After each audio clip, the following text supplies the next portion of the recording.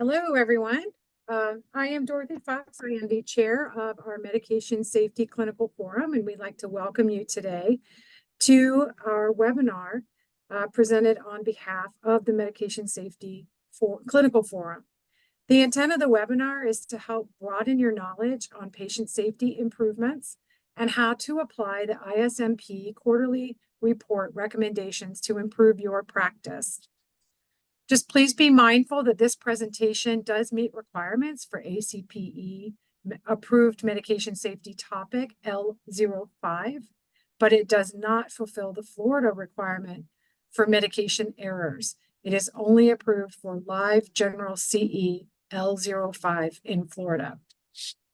Lastly, please make sure to keep your microphones on mute, and any questions you have throughout the presentation, please feel free to put them in the chat, and we'll be addressing all the questions at the end. So without further ado, I'd like to introduce our speakers today, Kelly Biastri and Heather Ellis. Kelly Biastri currently serves as the Senior Consultant for Medication Safety at Baptist Health, Jacksonville, Florida. She received her Bachelor of Science degree from Drake University in Des Moines, Iowa, and Doctor of Pharmacy degree from University of Florida College of Pharmacy in Gainesville. She completed her PGY1 residency at Mayo Clinic, St. Luke's Hospital in Jacksonville, and has completed a fellowship in managed healthcare and health outcomes through the University of Florida. Kelly's been involved with FSHP for many years and has served on multiple councils. She's a past member of the FSHP Board of Directors. She's a fellow of FSHP, and she was the recipient of the 2023 FSHP Medication Safety Award. Her role in medication safety involves working closely with all disciplines across the healthcare system to help identify and minimize risk of medication errors. Heather Ellis currently serves as a medication safety coordinator at Advent Health Orlando campus. Heather received her Doctor of Pharmacy degree from St. Louis College of Pharmacy in Missouri. At Advent Health, she leads the Orlando Continuous Quality Improvement Committee, co-chairs the system-level Medication Safety Committee, precepts residents and students, and is the residency program director for their PGY1 and PGY2 medication use, safety, and policy programs. Heather enjoys working as a collaborative team with hospital operations, clinical, and informatics to implement best practices. We want to thank you again for joining our CE today. And with that, I will hand it over to Kelly. Thank you, Dorothy, for that introduction. So without further ado, I'd like to begin. Tonight, we're going to talk about any strategies that we can drive change based on the ISMP Quarterly Reports. And as mentioned, this is presented on behalf of the FSHP Medication Safety Clinical Forum. We have nothing to disclose. And throughout this presentation, we're going to focus on how to utilize resources to drive changes at your organization. We hope by the end of the presentation that you will be able to identify safety resources and recognize how you can utilize these resources to enact system-level changes and communicate these changes to your organization. In this presentation, we're going to discuss the ISMP quarterly action agendas and how to utilize the information in a structured approach to assessing and remediating your own facility's medication safety risks. Well, to do that, you must start with a plan. You need to develop your culture of safety in your organization and determine who is your organizational structure for medication safety. Where does it begin? How do you create those communications and demonstrate a culture of safety? Well, it has to begin with your leadership team. And your leadership team is going to drive the initiatives that ensure that you are living in a culture of safety. You want to promote the fact that medication safety should be a critical component of your hospital's overall strategic plan. And the one most important thing is that your system should be non-punitive. So you don't want to blame people for making errors. you want to discuss with them what should have happened. You want to talk about if there are any systems problems that are related to the errors and address those separately from the behavioral issues. One of the most important things is that you involve the key people in your organization and establish a core team to help review whatever your plan is and make sure that it's multidisciplinary.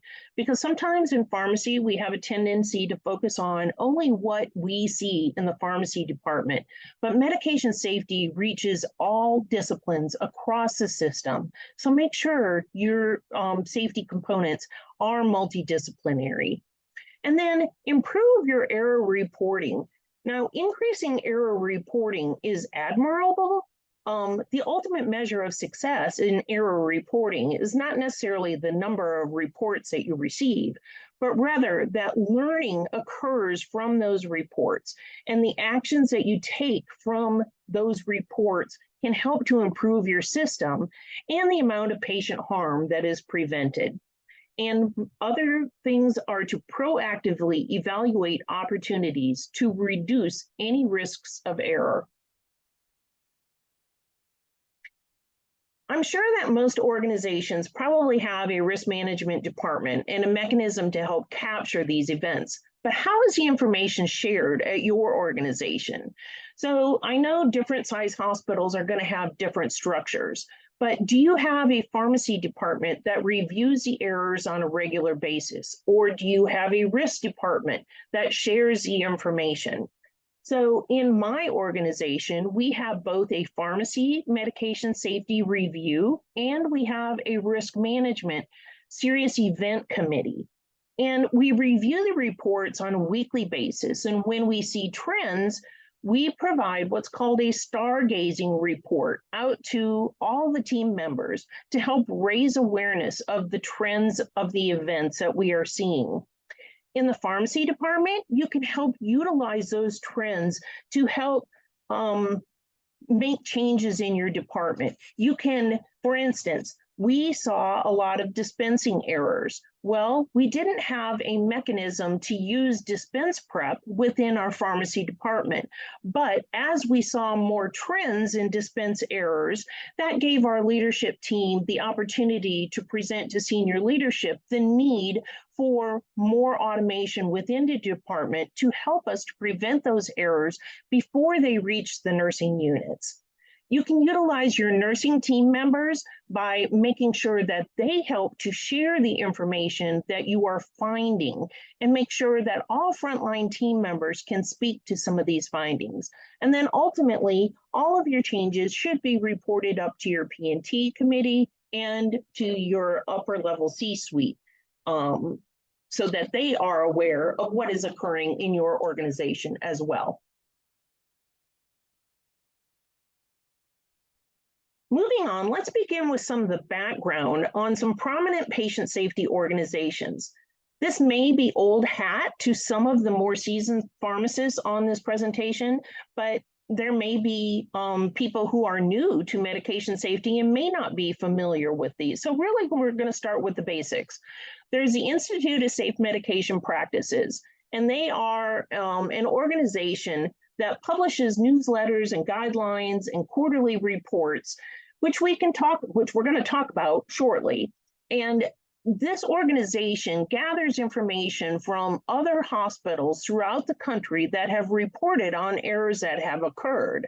And then they put out these publications to provide guidelines and recommendations and sources for you to be able to find information on what has happened at other organizations and how you can utilize that information to make changes in your organization. Now, ISMP did merge with ECRI to form a patient safety organization. And ECRI is a patient safety organization that was listed with the U.S. Department of Health and Human Services. And they are under the Patient Safety and Quality Improvement Act of 2005. And they entered into a licensing agreement with the Pennsylvania Patient Safety Reporting System. And this is fully owned by the Pennsylvania Patient Safety Authority. Now, these folks are leaders, global leaders in patient safety. And these two organizations are really organizations that help us to move changes forward throughout the whole distribution processes. They work with manufacturers when the manufacturers may have labeling issues that have contributed to errors. So these two organizations are really organizations that you should help lean on to gather information from. So why do we want to utilize the external resources? Well, it's important because when we're assessing our own systems, sometimes we have a lot of vulnerabilities that we tend on our own to be too optimistic over, or maybe overconfidence in our own systems and glazing over some of the things that may actually be an underlying problem. Now, we read about what has occurred somewhere else. And when you do that, you should use that as a wake-up call. Maybe it can open your eyes to the vulnerabilities that are hard to see within the processes you have built or work around every single day. So how many times have you had somebody else come to your department and identify something that they view as a safety issue? So that's something that our organization does on a regular basis. We have our leadership team who goes out every Wednesday to different facilities within our organization. And we talk to the frontline team members and we ask them, hey, what is working for you? What is not working for you? And where do you see that we have to do workarounds to make things work? And if they're doing workarounds, it's probably because there's something in your system that isn't functioning properly. Now, you can look at other organizations and see if they're also having those same problems. I know a lot of organizations have Epic, and one of the things that we struggle with is, well, we can't be the only organization that is having this problem. And how do we reach out to the other organizations? And that's one thing about this Medication Safety Council through FSHP is we are forming a collaborative with the hospitals all across Florida so that we have resources that we can reach out to and say, hey, are you guys doing this? Are you seeing this? What are you doing to help prevent these errors? So outside knowledge is necessary and provides us really with a lens to what we're seeing and doing. And they also provide suggestions on how to maybe do things differently. And I'm going to give you an example. If you're standing at a fork in the road and you have to make a determination of which way that you're going to go, are you just going to choose the one that seems best for you without looking at information that others who have already traveled down that pathway may have already experienced? No, you're going to read what other people have already done so you can avoid doing those same errors. Now, when we look at internal error reports, we have to recognize that internal error reports only touch on the surface of medication safety related issues. And we also have to realize that people don't report on everything. Now, that could be a sign of a poor culture where they're afraid to report things, which is something you definitely don't want. But it also may just be a component of, I'm too busy to do this. I don't have time. It's too difficult to do this. So we have to make it easy for the frontline team members to be able to report things. And we'll utilize those information along with the external resources to create safety mechanisms within your own organization. So I've talked a lot about safety resources that are available. And much knowledge can be gained when we look at the organizations outside of themselves and learn from the experiences of others. For example, look at ASHP. During COVID-19, ASHP shared knowledge to everyone. And so many people were able to move things forward because of knowledge exchange. We have to continue to grow in our organization by sharing knowledge with each other. During the pandemic, the medication use changes were implemented in 86% of hospitals with treatment guidelines for COVID. That's huge. How many other things do we see where we're sharing information across our state or with other organizations to say, hey, we're doing this and this is really working well? And that's where we need to start focusing and maybe try to drive our organizations to share more information and continue to report things with ASHP and utilize them. They have a tremendous amount of resources. Now, also, I'd like you to think about the tragedy that occurred at Vanderbilt with vecuronium. That was another situation where the impact was very far-reaching across the entire country, and it didn't affect just pharmacies, it affected nursing as well. And so when you look at that situation where a patient died because a vecuronium was administered without the appropriate safety parameters, and the vecuronium was administered in error, what did your organization do after that event? I hope that all of you conducted a gap analysis after that event and really scrutinized your systems. We went through and conducted an entire gap analysis, and we looked at every process in our entire organization, how we purchased it, where we stored it, was it on override, was it not on override, was it stored in the appropriate area? And then we looked at our order sets. Did we have all the appropriate parameters in our order sets? And if you haven't done this and you need help, please feel free to reach out to me and I will gladly help do that. That is something you certainly should look at, is storage of all of your neuromuscular blockers.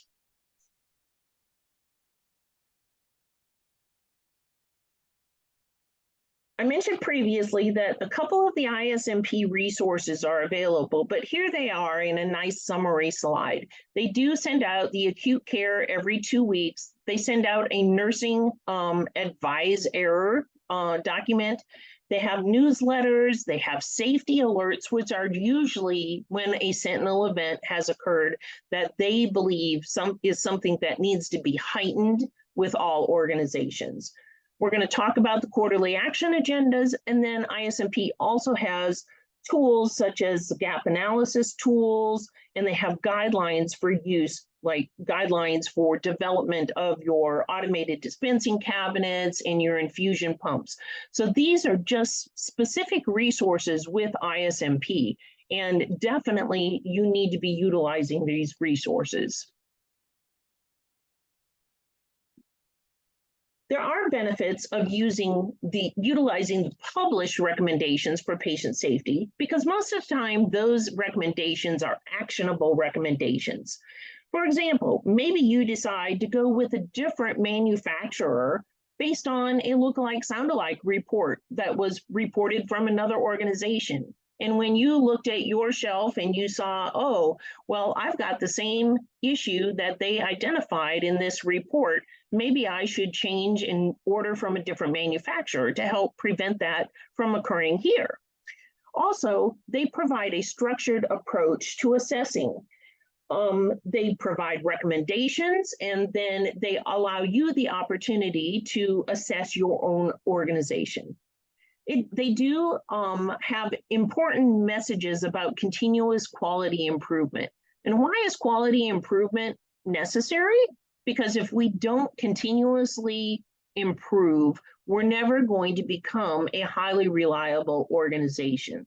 So all organizations should have a continuous quality improvement process, looking at their systems and continually making improvements. Why does all of this matter? Well, because it positively affects the health outcomes of our patients. It reduces patient costs related to harm. It can reduce lengths of stay, and it can reduce readmissions. And next, we're going to evaluate the quarterly report. We're going to review what the report looks like, look at the recommendations, and then do a thorough organizational assessment and make recommendations for changes. So if you are not familiar, here is what an ISMP quarterly action agenda looks like. So you can see that they provide this in a document that they tell you what the risk was that was identified at an organization. So that's the problem. Then they provide you a column with various recommendations, and they provide two different columns. One is an organizational assessment, which is where you can document what your organizational assessment is based on the problem and what the ISMP recommendations were. And then if you have an action that is required or assigned to somebody, you can document that action here, and then you can follow up and say, when was the date completed?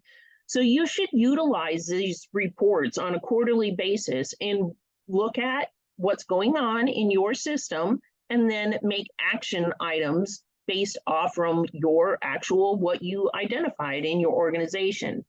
And so in this particular event, this one had two risk evaluation mitigation strategy programs that Heather is going to talk about because her organization actually participated in this. So I'll turn it over to you, Heather. Great, thank you, Kelly. Yes, I'm happy to be on and be able to speak to the second issue listed here on the screen related to incorporating RIMS program requirements into systems and processes. The Part 2 section that was published in the ISMP Acute Care Action Agenda this summer was something that I was fortunate enough to work on creating and writing that article. And so the published best practices that our facility has learned were some of what was shared and how we incorporated those into our systems and made sure that the RIMS program requirements were built in functionally for our staff members has been part of that review. Here on this slide, we have two of the specific recommendations that are called out from the Acute Care Action Agenda. So as Kelly mentioned, we have the overarching issue identified, and then ISMP publishes some of those best practices already found and what is recommended to implement.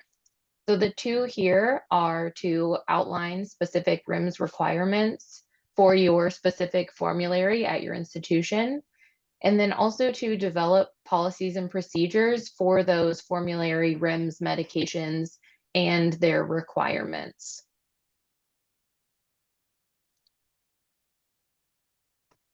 After we've outlined all of the different formulary medications that have RIMS requirements, the work that was needed to be done was supporting staff members in making sure that those RIMS requirements were met. And so one of them did have to do with our policies and procedures. Here on the screen is a snapshot of the RIMS education document that was developed as part of some of this work. One of the drugs is listed here, and it does include hyperlinks out to the actual RIMS website. We highlight the reason that the RIMS program is required of this medication, the date of the last update to the RIMS program, and a summary of the elements to assure safe use. So we have it all color-coded here because we know that this education document would be beneficial to our organization if we could have a one-stop shop for all disciplines that interact with RIMS meds. As Kelly mentioned earlier, having that multidisciplinary approach really helps ensure that medications have all of their different steps of the med use process covered. So you can see here that the blue area indicates recent updates for physicians, yellow for nurses, and green for pharmacists. This document, as part of our policies and procedures, is shared at onboarding of our pharmacists and also biannual education to pharmacy and nursing teams. And we also have periodic updates that are sent out if there are more timely education needs related to the updates that a RIMS program may pose.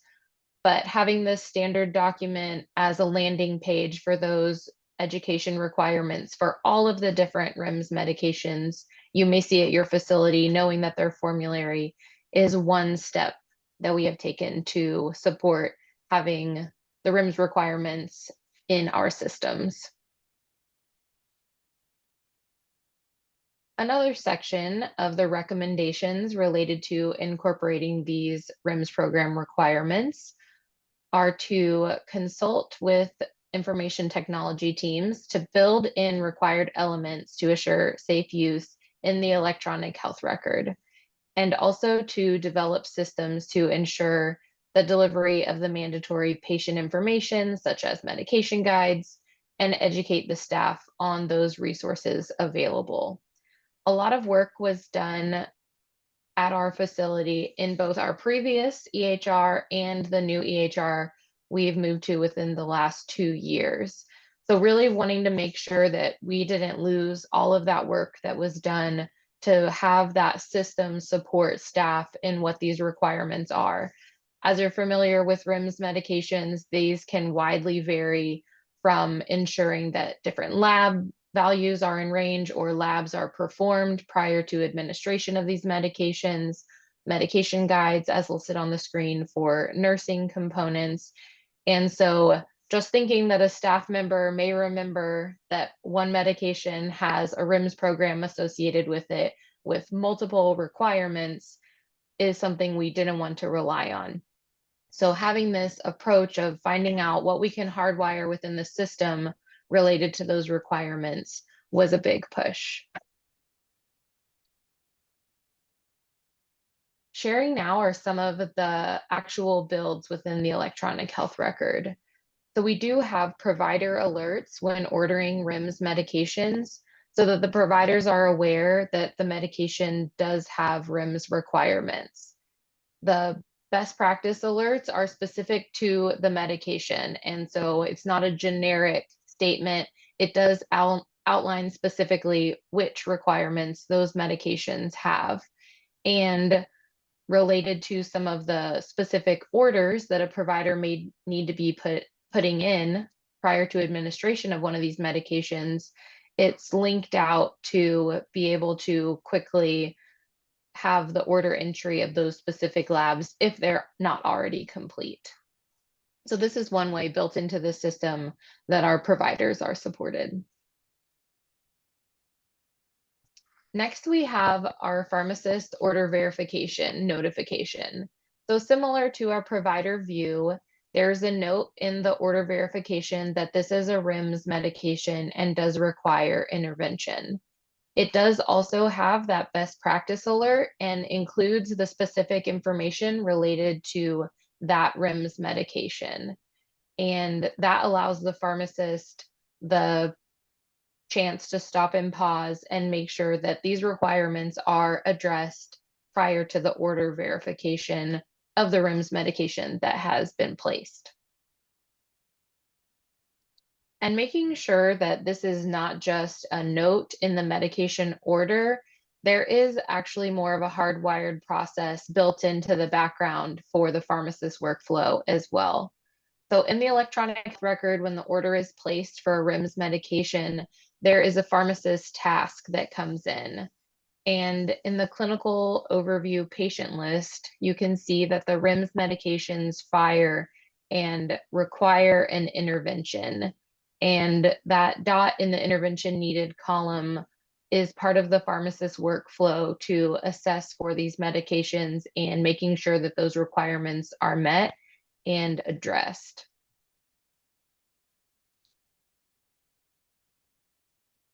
When addressing that prompt in the electronic health record, what is opened and required is for that clinical intervention is specifically an Epic and IVent. And so this documentation is inclusive of all of the required information for the specific RIMS medication. You can see in the screenshot here, all of the different RIMS medications that are formulary are built out with their specific requirements showing on the right side for how the pharmacist would address those requirements, and making sure that, again, we're not having our pharmacy staff have to remember which requirements are in place for which medications, but rather having this checklist of addressing each requirement in the electronic health record prompted to them. And so once that IVent documentation is complete with that required information and is closed, that red dot that we saw on the previous screen that indicated the pharmacist had a task to complete will go away. And that is part of the pharmacist workflow and support related to the requirements of the RIMS medications. We also mentioned there was a nursing component. So we have addressed some of the hardwired views for providers and for pharmacists and their workflow. And now we're addressing some of what nursing staff may see related to RIMS requirements.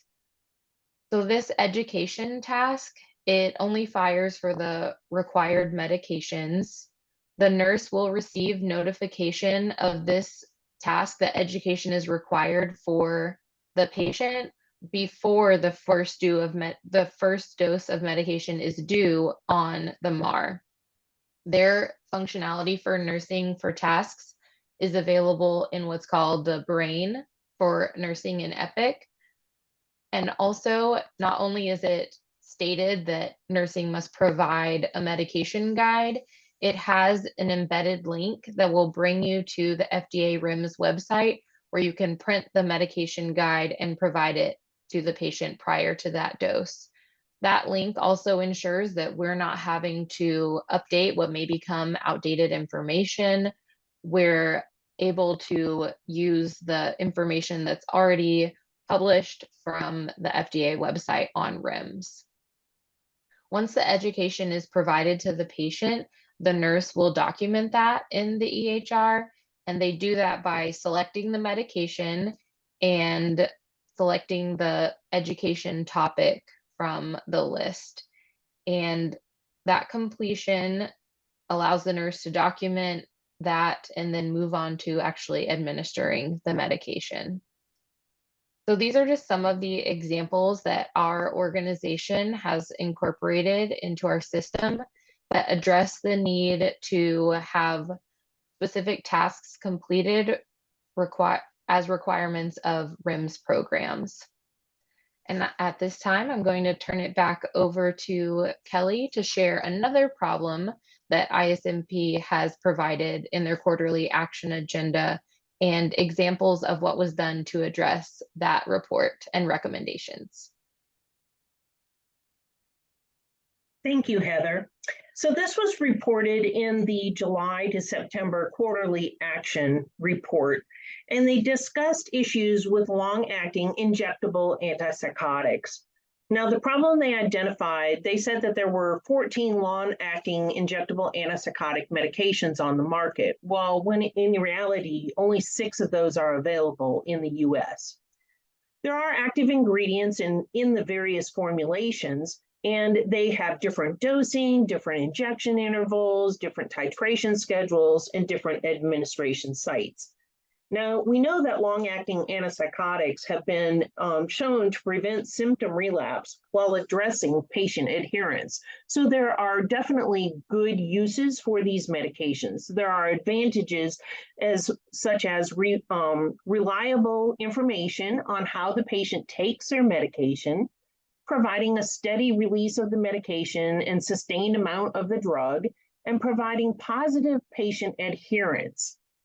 Now, some of the disadvantages oftentimes will occur at transitions of care and handoff because the product labeling is very poor. It's very difficult for pharmacists to identify in the system what the patient has been taking. Oftentimes, where they're getting the information from is still on paper. If they were at a facility that doesn't have electronic medical records yet, you're going to get that information in paper records. And we all know that paper records may not include all of the information that may be necessary.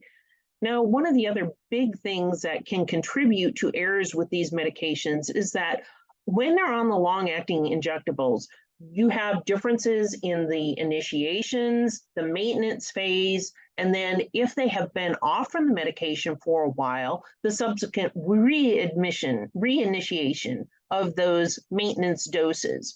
And so while they're in the hospital, there's a lot of challenges. And oftentimes, some of those formulations will require an overlap with an oral formulation when initiating or reinitiating. So how do you handle all of those different issues in the naming conventions and the different types of formulations that are available? So we'll talk about that in the next couple of slides. Here's a list of the available agents. And we know that there's not really any evidence that any single agent is more effective than any other agent. And each available agent has individual chemical makeup that is essentially part of the oral parent compound. Now, the first generation antipsychotics are potent dopamine blockers with less affinity for the neurotransmitters, whereas the second generation rely on a blockade of both dopamine and serotonin receptors. Now, the form of the pharmacologic delivery systems really determines the immediacy of the release and the site of the injection and the potential interval between the doses. So as you can see here in this chart, each of these medications have different start times, different places to inject the product based on the delivery system, different maintenance. Some of them require overlap, some of them don't. So that really presents a challenge when you are doing transitions of care for these patients. Now, our organization is extremely lucky because we have a psych pharmacist who really is the only one who deals with these patients and these medications. So when these patients are admitted, she is the one who is going to handle these patients and determine what medications are going to be appropriate for them. Now, if your organization has a behavioral health unit, you may see more of these formulations. However, we have it pretty standardized in our organization where the medications that we carry are very strict and we have to special order them and we store them separately from the other medications. So these are just some of the challenges that organizations are going to see when they start seeing these patients on these long-acting antipsychotics. Next slide. ISMP does have some recommendations. They do want you to look at what type of agent it is, and based on the patient's oral dose, they do recommend that maybe you have conversion tables available. Now, we all know that sometimes conversion tables don't always convert to the appropriate dose. So that's where it's really important that you have a team of people who are reviewing the issue. When you come to med reconciliation, there's going to be differences in the formulations. So you have to make sure that you have the correct formulation. You have to ensure that you have the appropriate dates and timing of when they got their last dose. Now, sometimes these patients are going to be poor historians. So you're going to rely on the information that you can obtain from your outside med reconciliation, or if you have to, make phone calls to the other organizations to see what they have documented. The MedRec issues often will result in omissions of important information. Now, ISMP did report overdoses with multi-dose vials, but my recommendation would be don't send up a multi-dose vial, draw up the patient dose individually. There's oftentimes miscommunication, and lack of documentation of the last dates administered can lead to that miscommunication and identification of problems of when do you start the next dose. And as I mentioned previously, the paper records from other facilities are always going to be a challenge. So checklists are probably a very good mechanism to have in your system. So when you have these patients who come in, have the checklist and have hard stops that say you are required to have a documentation of when the last long-acting injectable antipsychotic was administered. And if you have the ability to have behavioral health physicians, get them involved because they're going to be the experts on these patients and the medication dosing. Next slide. You're going to focus on your system factors. Does your organization, your electronic health record, allow you to differentiate between the short-acting and the long-acting injectables? Do you have any nomenclature that will identify it as a long-acting injectable? Do you utilize both the brand name and the generic name? Because that will oftentimes help as well. You need to address your overall policies and your culture. What is your culture with these products? Do you have a culture that would just say, okay, well, we're just going to automatically do the med-rec and assume that it's correct? Or do you have a culture where you're going to say, stop, let's stop and look at this and really commit to ensuring the patient gets the correct medication? If you have an environment that has disruptions and interruptions, that is absolutely an area where you should focus on with these medications, because you have to slow down and you have to assess the patients. You have to do reasoning and action items with these patients and with the medications. And then make sure that you have appropriate tasks and workflows in your system to prevent these errors from occurring. Next slide. ISMP recommends that you do reconcile your medications, and it may be difficult to identify the previous doses and the administration dates. So consider specific doses and processes for asking when was the last time it was administered. Have a hard stop, like I mentioned, in the computer system where they would have to document that. Utilize your established guidelines and protocols. Do you have order sets built into your order set, into your order systems that will say only long-acting injectables can be ordered through these order sets, which include all of the information that is required for monitoring these patients? Limit your prescribing to your mental health professionals. If you allow everybody in the organization to prescribe these drugs, you're probably definitely going to have errors. So limit it to the mental health professionals, build your order sets with the appropriate monitoring, differentiate your naming conventions, and then store them separately in locations where it wouldn't be possible for you to grab the wrong drug off from the shelf. Next slide. Remember that humans are always going to be involved in the medication use process. So we have to design our systems to prevent humans from making the errors. So hard stops are really going to be important. Make it easy to do the right thing. Utilize your hierarchy of risk reduction strategies. And if you're not familiar with these, there's low level, medium level, and high level strategies to help prevent errors.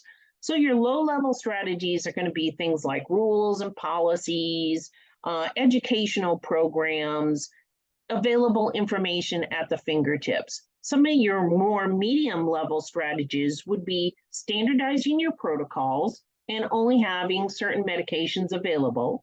Having redundancies in place, make sure that you have maybe a mental health professional and then clinicians who are trained in mental health. Make sure you have warnings and alerts and reminders in your electronic health record. So when, like Heather had mentioned, when they are ordering those medications, does your system alert them that they are ordering a long-acting injectable? That would be a very nice best practice recommendation. And then your higher level issues are forcing functions, barriers, and fail safes. And those are the most effective in preventing errors, but they're also the hardest to implement.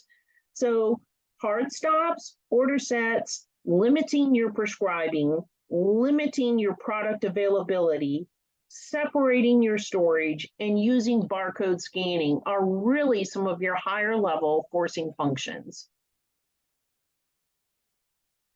Next, we're going to go over a quick patient case.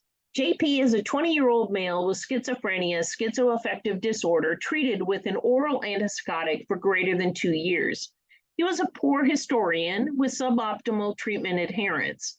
He frequently misses his appointments, and he's currently has unstable housing and has a family that does not support him. His history of multiple hospitalizations from psychotic episodes, and he is currently admitted for psychotic episode with violence to others. The last date of his admission was 4 months ago. When this patient was admitted, there was an unintended med reconciliation. The nurse performed the med reconciliation, but she was not able to obtain all of the information that was required. The patient was unreliable on his medication history and does not have his medications with him. The records from the last facility he was in are on paper, and they were faxed to the hospital after the admission. So the nurse documented that the patient was taking haloperidol 10 milligrams IM for psychotic incidents. The psychiatrist prescribes haloperidol 10 milligrams IM Q6 hours PRN. Then the hospitalist came along and did the admission, and he inadvertently ordered haloperidol decanoate 50 milligram IM Q6 hours PRN. This made it through the pharmacy staff upon verification, and the patient received 3 doses of the long-acting formulation before it was caught. So let's break down the system barriers to this case. Well, they had insufficient labeling between the short and the long-acting formulations, which led to the physician prescribing the inappropriate product. The hospitalist, when he was admitting the patient, chose the wrong product because he wasn't sure which product it was that they should be using, so he selected the wrong one. Then we had storage in the pharmacy. These long-acting and the short-actings may have been next to each other with inappropriate labeling. And I just want to let you know that this was a made-up case. This is not a case that happened at our organization. So I want to make sure that everybody understands that. So look at the storage areas in your pharmacy and make sure that you don't store these long-acting and short-acting products next to each other. Now, the system forcing function would be to use barcode scanning upon dispensing and before administration. Lack of a system for reconciling the outside medication orders. Now, in this particular case, maybe they didn't have access to the outside records. Well, that is really a good system forcing function if you can reconcile directly from the outside sources so you can see exactly what was dispensed. Now, sometimes there's still problems with that because you may have med history technicians who are doing the med history, and then when the physician reconciles the medications, oftentimes they will skip over something or they'll miss something, or maybe they don't know the appropriate process for reconciling the medication and they just go ahead and order it as a one-off order. So those are areas where you can look at your reconciling of the medication orders within your own health system. If you don't have a med history technician to do the med reconciliation, maybe consider asking your organization to help bring in medication history technicians and make sure that they are trained well and understand how to do these processes. Now, again, we are fortunate enough to have a pharmacist who specializes in psychiatry, and so she would see all of these orders and would help to determine whether it is an appropriate order for those patients and do all the documentation within the electronic medical record. If you don't have standardized order sets built, I would highly recommend that you develop an order set. Like I mentioned, the order set will have all the appropriate monitoring parameters and labs that need to be obtained. This physician relied on a hospitalist to enter the order. Now, this may be policy related, and maybe in your organization, you allow an outside physician, like a behavioral health or mental health counselor, to do a verbal order to a hospitalist. But when that order is taking place, there should be verbal communication between the person entering the order and the person who is prescribing it. And there should be direct readback to ensure that they are getting the appropriate medication. And then again, develop your policies and make sure that people understand how to use your policies. So there are a lot of problems with this particular case that could have been solved if we had specific barriers and specific redundancies in place to help prevent those things from happening. Remember that we need to share our information, and anytime you want to move something forward, you have to gain buy-in from your frontline team members. If you don't have buy-in from your team members, you're not going to get the change that you really want. So sharing information in safety huddles and newsletters within your own organization will help to get the word out to your frontline team members. And then when you have your meetings, ask for participation and ask them, what do you see is going to work better for you? Hold your internal meetings, hold your committees and your leadership accountable, and ask them to help drive change along with you. And that brings us to our first assessment question. Dorothy, are you going to read the questions or am I going to read the questions?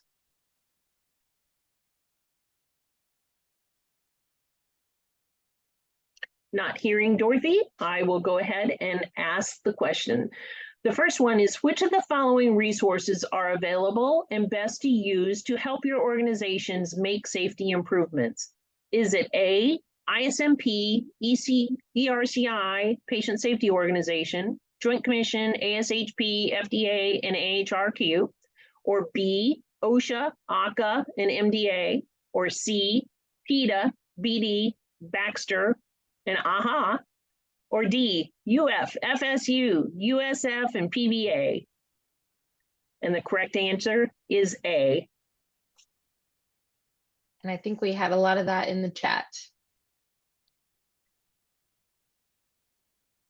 Next question. Select which of the following answers are benefits of using published resources for enhanced patient safety. A, published resources provide recommendations that include actionable activities. B, published resources offer information that is important for continuous quality improvement. D, published resources offer advice to improve patient outcomes. Or D, all of the above. And we've got some answers in the chat. D. D is correct, all of the above. Question 3, choose which of the following are system level or high leverage improvements for patient safety. Is it A, the physician participates in a quarterly meeting to decide which orders they want to make as favorites? B, the education department prepares a system-wide education on new policies? C, the system enhancement is to put notices on the computer screens of a new announcement?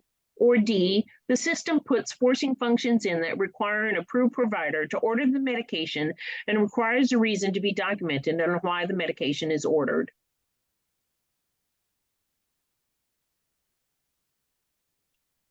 And I see a lot of D's, and that is correct. D is the correct answer. Forcing functions are the most high level that you can have in your organization. And the last assessment question, list the best ways to communicate and drive changes. Is it A, gaining leadership buy-in and start sharing the information? B, have frontline personnel participate in the decision-making processes? C, share your information in safety huddles, newsletters, and committee meetings? Or D, all of the above?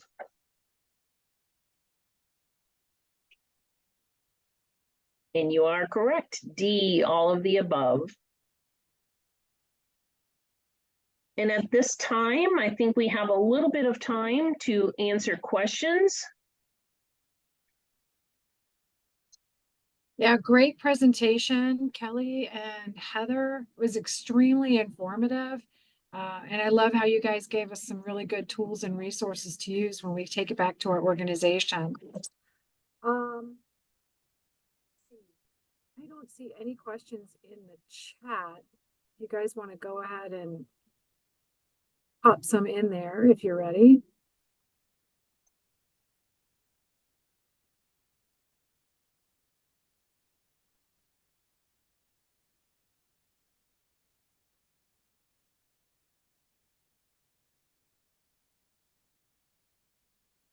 I don't know what's wrong with mine. No questions. Great presentation. I agree. Thank you guys all for joining today. This was our first medication safety clinical CE. And I think it was a real success. Heather and Kelly, amazing job. And if we have no questions, we will go ahead and give you all back about 6 minutes of your day. Thank you so much. Great. I think there's, we need to go to the next slide for processing your continuing education. Following the webinar, the attendees will receive a link to evaluate the presentation. The link will be sent to the email address that was used to register in Zoom. The evaluation will be used as verification of attendance and for CE purposes. The link to the evaluation will be active until January 24th at noon, and please complete by the deadline.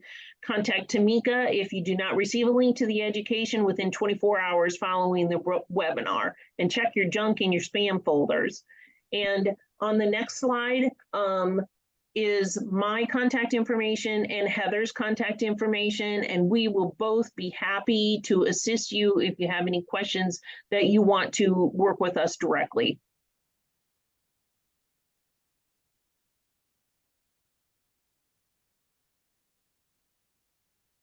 And I thank everybody for your participation. Thank you all. Have a great evening. All right. Good night, everyone. Bye. Good night. Thank you.